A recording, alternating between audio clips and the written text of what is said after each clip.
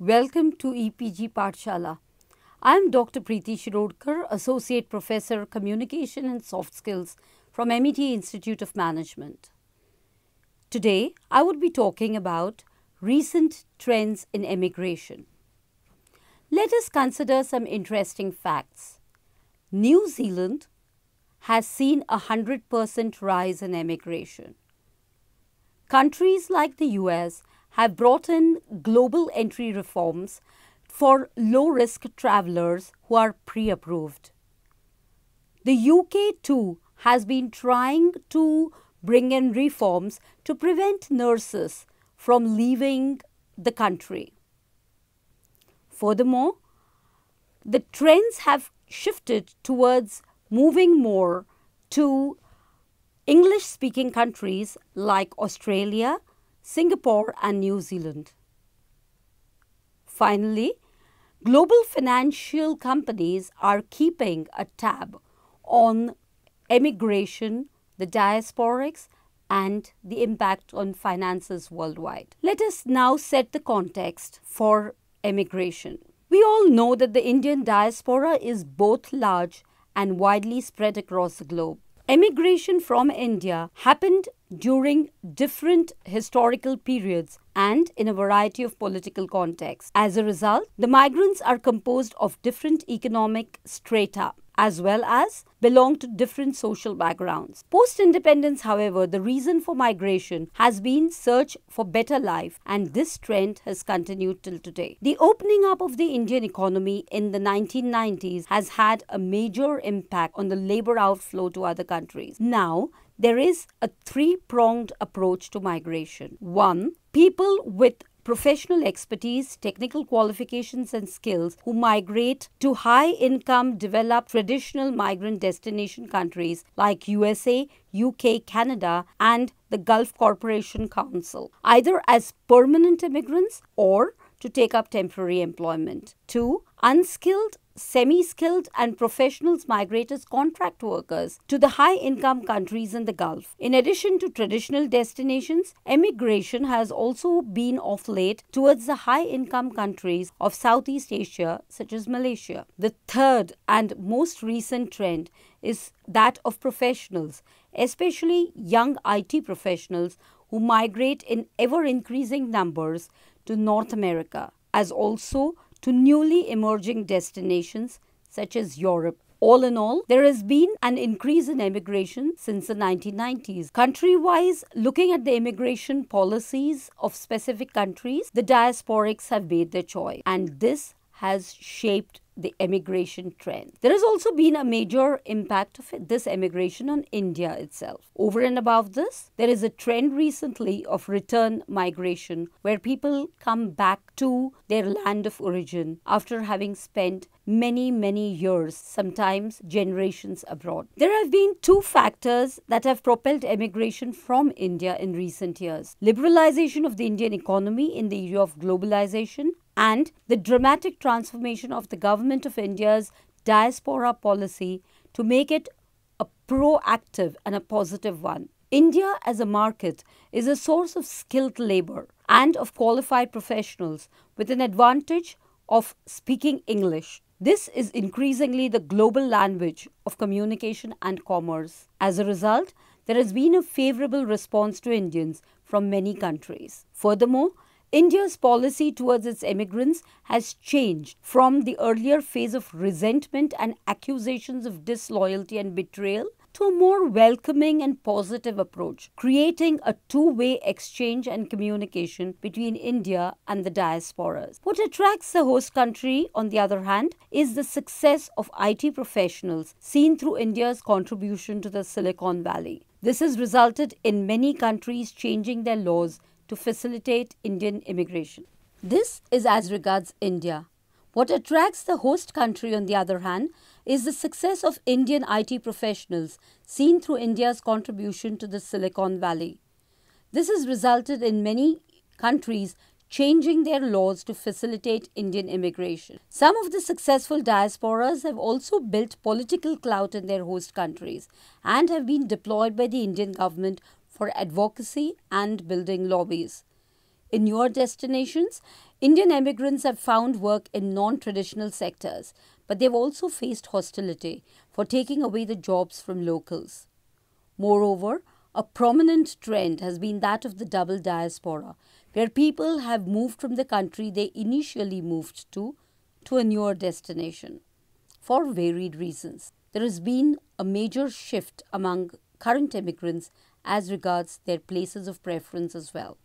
Let us look at the traditional destinations of emigration, which include USA, Canada, and UK.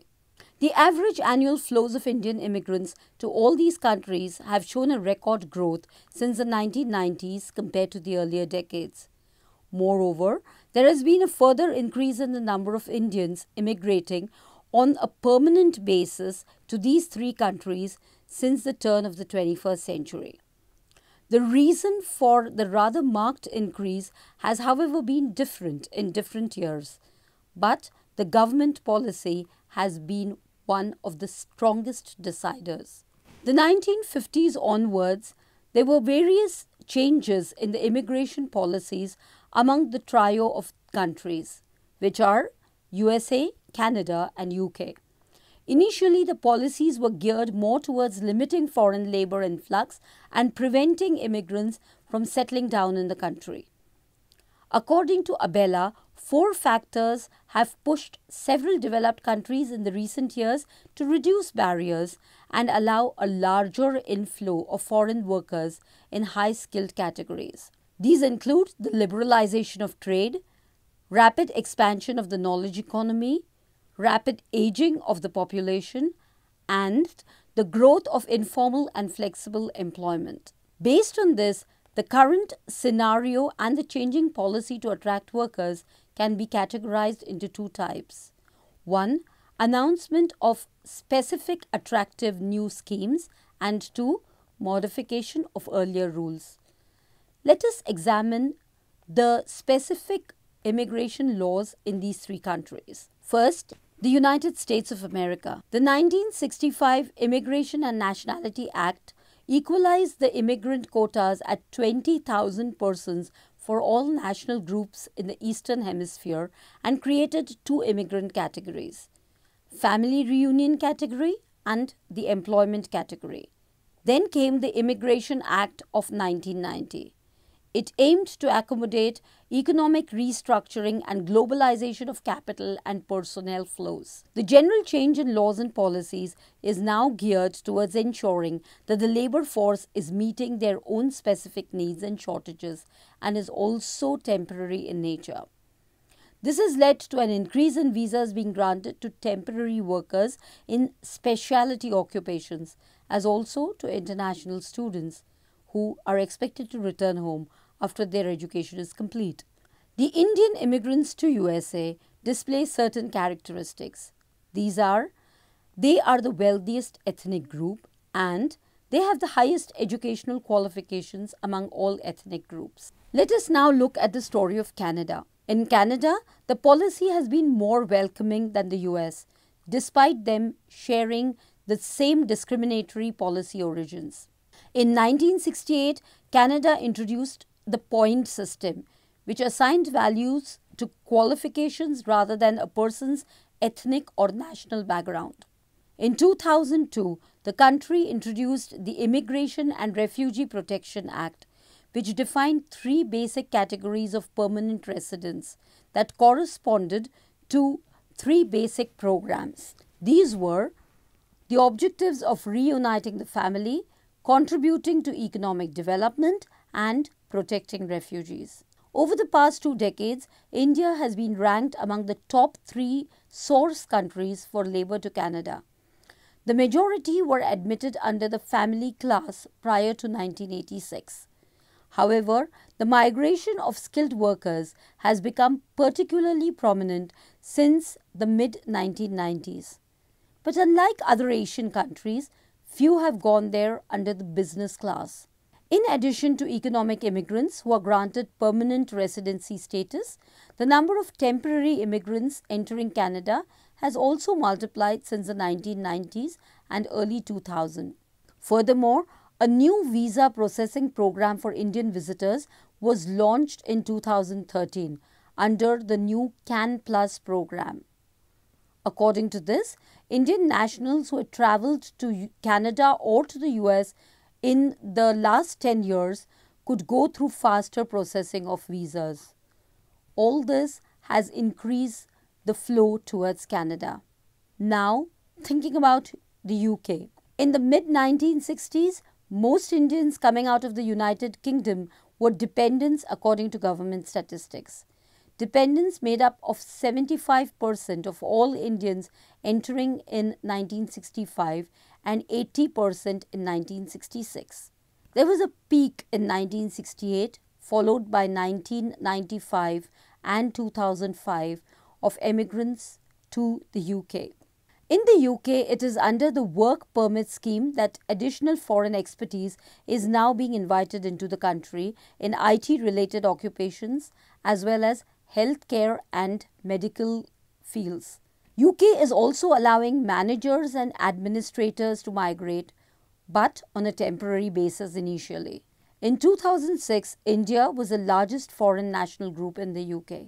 Indian immigrants in the UK have received visas in the general category for professional occupations in the highly skilled migrant program as also in the working holiday makers scheme. By 2007, Indian nationals accounted for over 40% of all work permits. Moreover, the number of students coming from India to the UK has been seeing an increase steadily in the recent years. Being the only major European destination for India until the 1990s, the United Kingdom hosted about two-thirds of Europe's ethnic Indian population by 2001. In UK, we are talking about a number of countries, though the focus is on England. Let us now look at Gulf emigration or emigration to the GCC, which includes Bahrain, Kuwait, Oman, Qatar, Saudi Arabia, and the UAE or United Arab Emirates. In these countries, the oil boom which lasted from 1973 to 1982 was a major cause for the influx of international labour. There was also a sharp growth in the indigenous workforce due to huge investments in education and vocational training. However, through the 1990s, the absolute number of Indian workforce gradually increased. Expatriates were employed. Also, there was a sharp growth of the indigenous workforce due to huge investments in education and vocational training. Throughout the 1990s, in fact, the absolute number of the Indian workforce kept on increasing. Expatriates were employed in the private sector at paltry wages, much lower than the national labour force average. Thus, despite the labour nationalisation policy of the GCC, lack of implementation allowed private sector players to continue to employ migrants at very low rates and exploit them. After the growth in the number of immigrants from 1992 to 1997, there has been a small decline in 1998 and 1999 due to restrictive immigration control. This has been followed by a consistent growth again from 1999 to 2008, a trend which has since then plateaued due to a shift in migrant destinations. Let us now consider some new destinations. Among these are first, Europe. Today, Europe has a large Indian diaspora of about 5 to 8% of the entire European population. Indian nationals were the third largest group of non-European Union immigrants in the European Union in 2008. Most of these live in Western Europe, particularly in UK. Other countries in Europe that are popular are Germany, Italy, Belgium and France. Immigration policy to Europe has changed drastically because of a two-pronged approach. One is the aging population and second is the lack of technical know-how that has limited Europe in the international race. In many cases, the increased flow of Indian labour has been triggered by European governments' attempts to tap India's highly skilled labour force. Moreover, there has also been bilateral agreements signed with varied European countries. These provide for social security coordination and in some cases an exemption from social security payments for foreign workers, remaining for a period of up to 60 months. So too, the Indian government has signed a labour mobility partnership agreement with Denmark. In Italy, however, the Indian community mostly consists of former illegal immigrants who are now being regularized. The second destination is Australia. During the last 2 decades, the emphasis of the Australian immigration policy has tilted in favour of skilled and professional workers. Accordingly, a number of skills selective programs have been introduced to attract these workers. Two of the larger categories of skill migrations are the Skilled Independent or SI and the Skilled Australian Sponsored or the SAS. Entry under both categories is dependent on a points test. These points are on the basis of the age, skills and qualifications of the emigrants. Under the Skilled or Independent Migrant Selection System, the Migration Occupation Demand List or the MODL identifies occupations to be allocated extra points under the points test. Though IT skills featured strongly in the past, currently the demand has moved more towards healthcare professionals. The third country we are looking at is New Zealand. In 1951, there were hardly 2,425 Indians in New Zealand. However, by 2006, they accounted for 4.9% of all immigrants. The Indian diaspora in New Zealand consists of the ethnic Pakistanis, Bangladeshis and Fijian Indians as well as Indians. Even then, most claim mixed ethnicity. In the 1980s, immigration policy eased up and families of the first Indian immigrants came to join their family. The political unrest in Fiji in 1987 and then again in 2000 marked an exodus of Fijian Indians to New Zealand as refugees. Another reason Indians are attracted to New Zealand is the large English-speaking populace there. There are universities for various subjects which have attracted many students who decide then to stay on in the country after they finish their education. The fourth destination we are looking at is Singapore. Since the maritime trade before colonization, Indians have been settling in Southeast Asia. These migrants have included the Chuliyas, who are Tamil Muslim traders, the Chettiars, who are money lenders, Sindhi traders, the educated Malayalis, who largely speak English, who work as professionals, and the Sikh immigrants who serve in the police force and military. However, the situation in Singapore has not always been harmonious, and even till a few years back, the Indian community had few achievers, with the rest being blue-collar workers. However, Singapore government's policies changed, allowing for contemporary influx of white-collar workers. What is noteworthy is that unlike in other places, Singapore's Indian citizens have noticeably lower academic credentials. Moreover, in the past 3 or 4 years, the situation has come a full circle. National sentiment towards Indians has once again worsened, leading to Little India riots in 2013. Ethnic tensions and regressive policies are being strongly lobbied for. Despite this, Singapore still remains the new in destination, not only for professionals but also for students. Having considered various destinations, now let us think of remittances. India, with a recorded remittance of USD 49 billion, is the largest recipient of international remittances in the world. In terms of the percentage of GDP, remittances have equaled to about 3% in 2003. In 2007-8, the Reserve Bank of India recorded $43.5 billion as private transfers to India. Of this, 50% were classified as remittance towards family maintenance, 43% as local withdrawals or redemptions from non-resident Indian deposits, and another 6% were classified as personal gifts or donations to charitable and religious institutions in India. In fact, in addition to the prominence of diasporic remittances to the family, region and the nation and its economy, the increased emigration has brought about several benefits. In India, we see a contribution to the FDI, development, technology transfers, and even philanthropy. Another trend which is worth mentioning is that of return migration. In recent years, there has been a noticeable phenomenon of return migration from the diaspora, either for a temporary sojourn or on a long-term basis. Return migration is considered to be a triple win.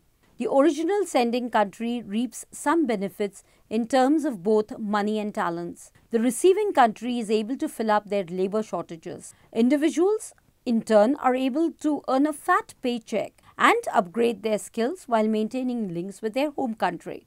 For the sending country, there is a temporary outflow of workers, investment by return migrants, and finally, upgradation of national skill and knowledge base. The advantage of return migration, in addition to monetary gains, is the managerial and technical know-how which stimulates economic growth within the home country. Return migration is triggered by the following conditions in the country of origin. 1. Improvement in opportunities and living conditions. And 2. The approach of the government and its policies to these people. Since 2000, the Indian government has put in place varied policies to attract diasporics, NRIs and PIOs, which have had their share of benefits and criticisms. These include, among others, the Foreign Exchange and Management Act, FEMA, changing of taxation laws, launching of non-profit trust, OIFC, and the introduction of Overseas Indian Citizenship, or OCI. Despite this, one is unable to see the full impact of these projected returns, the reasons for these being: 1. The number of emigrants with high enough net income to be able to invest is very low. 2. Indian emigrants do not have sufficiently strong familial or business ties or even a good relationship with the government. 3. Their return to the country is transitory. By way of conclusion, it is important to remember that the concept of a unified Indian diaspora is one that can only prove to be laborious and misleading. What one needs to understand is that there are multiple Indian diasporas who are in different places at different times for different reasons. And if one is to make the maximum of this immigration, then it is important to study these diasporas and their variations in detail, and also make government policies to see that both the immigrants and their families and relationships back home, as well as their nation of origin, all benefit. Thank you.